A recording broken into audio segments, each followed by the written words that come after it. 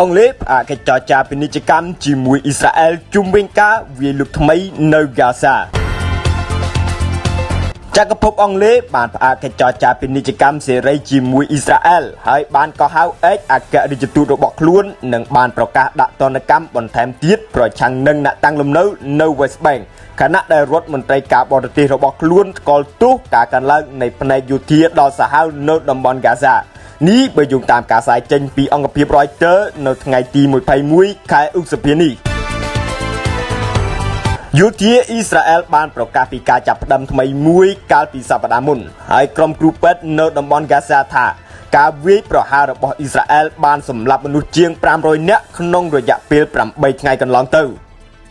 អ៊ីស្រាអែលក៏បានរារាំងការចូលនៃការផ្គត់ផ្គង់ផ្នែកវិទ្យាសាស្ត្រអាហារនិងប្រេងឥន្ធនៈចូលទៅតំបន់ហ្គាសាចាប់តាំងពីដើមខែមិនិនាដែលជំរុញឲ្យអ្នកជំនាញអន្តរជាតិព្រមមានពីគ្រោះទុរភិក្ស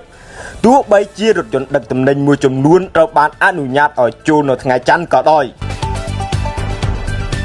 យោងតាមរដ្ឋមន្ត្រីការបរទេសលោក David Lammy បានឲ្យដឹងថាការវាយលុកនេះគឺជាដំណាក់កាលថ្មីដ៏ខ្មៅងងឹតនៅក្នុងចំនួននេះហើយបានអំពាវនាវឲ្យអ៊ីស្រាអែលបញ្ចប់ការរារាំងជំនួយនិងថ្កោលទោសការអធិប្បាយរបស់រដ្ឋមន្ត្រីហិរញ្ញវត្ថុលោក Bezalel Smotrich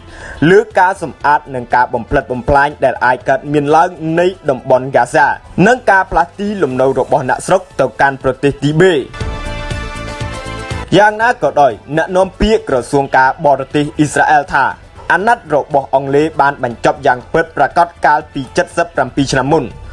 សម្ពាធខាងក្រៅនឹងមិនបង្វែរអ៊ីស្រាអែលចេញពីផ្លូវរបស់ខ្លួនក្នុងការការពារអធិភាពនិងសន្តិសុខរបស់ខ្លួនប្រឆាំងនឹងសត្រូវដែលស្វែងរកការបំផ្លិចបំផ្លាញខ្លួនឡើយ